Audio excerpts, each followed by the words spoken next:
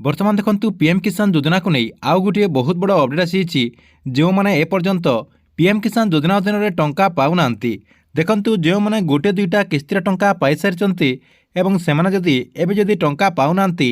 तांकरे पई गोटे बहुत बड़ खुशी खबर आसी सेमाने मध्य एथर पीएम किसान योजना अधीन में टंका पाई परिबे कहीं सरकार तरफ गोटे लिस्ट जारी करा जायछि जहाँकि आपणकर जो ब्लॉग रही से ब्लॉग ऑफिस को गोटे लिस्ट जारी करा जायछि जो मानकर जहाँ भी त्रुटि रही आपड़ से लिस्ट को चेक करके से सब जहाँकि संशोधन करेंगे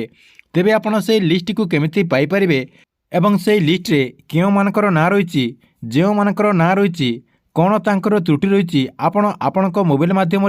से सब को जहाँकि चेक करेंगे चेक करने गोटे इजी प्रोसेस रही एवं आपणकर जहाँ भी त्रुटि रही से सब को जहाँकि आप संशोधन करेंगे जहाँकि आपण को मुझे वीडियो माध्यम पूरा डिटेल जनइबी सेथिपाई वीडियोटी को शेष पर्यंत देखंतु ता पूर्व वीडियो को गोटे लाइक कर दिंतु एवं जो मैंने चैनल को नुआ आसथिबे चैनल को सब्सक्राइब करके पाखर थिबा बेल आइकन को क्लिक करके ऑल नोटिफिकेशन ऑन कर दिंतु।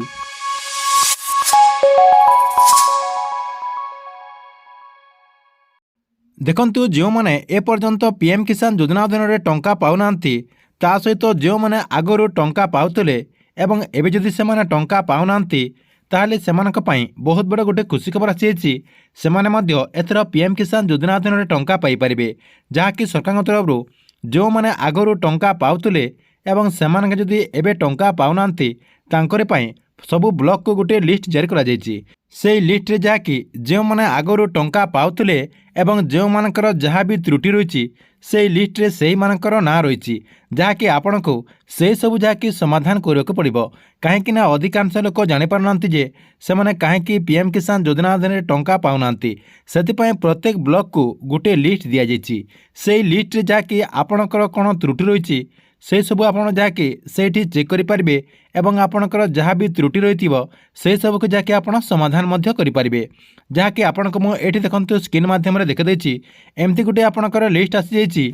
जहाँकि देखो ये आपणकर जो लिस्ट रही ये लिस्ट रे प्रथम आपणकर देखो फार्मर ना रही बापा ना तापर आपणकर रेजिस्ट्रेशन नंबर रही सहित तांकरी आधार नंबर रही एवं तांकर देखंतु मोबाइल नंबर मध्य रही सहित तांकरी गाँ सहित तांकरी जीपी मध्य एठी शो करुच्ची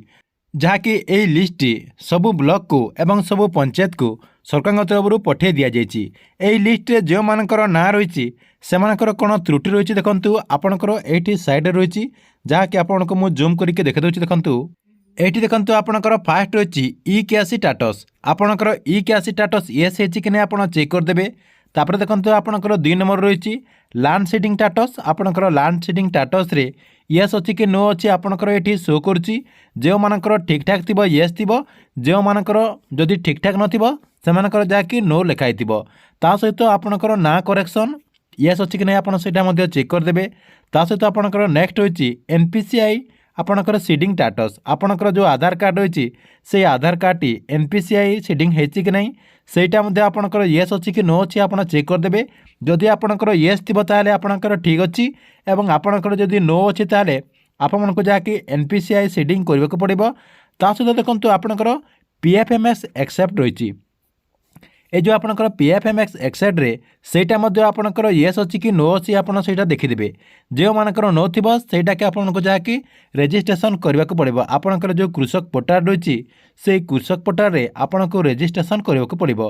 आप माने ए सब जाकि चेक कर दियंतु जो मानकर ई कैसी रे नो लिखाई से माने जाकि ई कैसी को कंप्लीट कर दियंतु जो मानकर लैंड सीडिंग रे नो लिखाई से माने लैंड सीडिंग कर दियंतु आपणकर जो जमी पट्टा रही से जमी पट्टाटी को आपन को जहाँकि अपलोड करने को पड़ो अपलोड कलापर आपणकर जो एबे नो लिखाई से नो जगार आपणकर येस हो जहाँकि आपणकर ये सब जहाँकि सब समाधान करदेला परे आप मैंने पीएम किसान योजना अधीन में सामिल हो पारे एवं पीएम किसान योजना अधीन में सरकार तरफ जो टंका दि जाउछि से टंका मध्य पाई पारिबे तेबे एठी आपण समस्ते भाबुथिबे जे एई आपणकर जो लिस्ट रही ये लिस्ट आपण केउ जगार पाई पारिबे देखंतु एई लिस्ट को आपण को पाइबा को हेले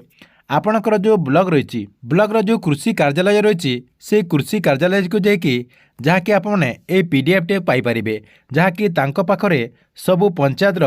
ଆପଣଙ୍କର ଲିଷ୍ଟ ରହିଛି। ସେଥିପାଇଁ ଆପଣ କ'ଣ କରିବେ, ଆପଣଙ୍କ ବ୍ଲକର ଯେଉଁ କୃଷି ଅଧିକାରୀ ରହିଛନ୍ତି ସେହି କୃଷି ଅଧିକାରୀ ସହିତ ଆପଣ ଯାହାକି ଯୋଗାଯୋଗ କରନ୍ତୁ। ତା ସହିତ ଆପଣଙ୍କ ପଞ୍ଚାୟତରେ ଯଦି କୌଣସି କୃଷି ଅଧିକାରୀ ଥିବେ ତାଙ୍କ ସହିତ ମଧ୍ୟ ଆପଣ ଯୋଗାଯୋଗ କଲେ ଏହି ଲିଷ୍ଟଟିକୁ ମଧ୍ୟ ପାଇପାରିବେ। ସେଥିପାଇଁ ଯେଉଁମାନେ ଏପର୍ଯ୍ୟନ୍ତ ପିଏମ୍ କିଷାନ ଯୋଜନା ଅଧୀନରେ ଟଙ୍କା ପାଉନାହାନ୍ତି ଏବଂ ସେମାନେ ଯଦି ଆଗରୁ ଟଙ୍କା ପାଉଥିଲେ ଏବଂ ସେମାନେ ଯଦି ଏବେ ଟଙ୍କା ପାଉନାହାନ୍ତି, ସେମାନେ ଯାହାକି ଏହି ଲିଷ୍ଟଟିକୁ ଚେକ୍ କରିଦିଅନ୍ତୁ। ଏହି ଲିଷ୍ଟଟିକୁ ଚେକ୍ କରିଦେଲା ପରେ ଆପଣଙ୍କର ଯାହା ବି ତ୍ରୁଟି ରହିଛି ସେ ତ୍ରୁଟିଟିକୁ ଆପଣ କମ୍ ସମୟରେ ଯାହାକି ସଂଶୋଧନ କରିଦିଅନ୍ତୁ। କାହିଁକିନା ପିଏମ୍ କିଷାନ ଯୋଜନାର ଯେଉଁ ପରବର୍ତ୍ତୀ କିସ୍ତିର ଟଙ୍କା କୁହାଯାଉଛି ସେହି ପରବର୍ତ୍ତୀ କିସ୍ତି ଟଙ୍କା ଖୁବ୍ ଶୀଘ୍ର ଆସିବାକୁ ଯାଉଛି। ସେହି କିସ୍ତିରେ ଆପଣମାନେ ହୁଏତ ଟଙ୍କା ପାଇପାରିବେ। ଠିକ୍ ଅଛି, ଏଥିଲା ଆପଣଙ୍କ ପାଇଁ ପିଏମ୍ କିଷାନ ଯୋଜନାକୁ ନେଇ ଗୋଟେ ବହୁତ ବଡ଼ ଅପଡେଟ୍। ଆପଣଙ୍କୁ ଭିଡ଼ିଓ କେମିତି ଲାଗିଲା କମେଣ୍ଟ ବକ୍ସରେ ନିଶ୍ଚୟ ଗୋଟେ କମେଣ୍ଟ କରନ୍ତୁ।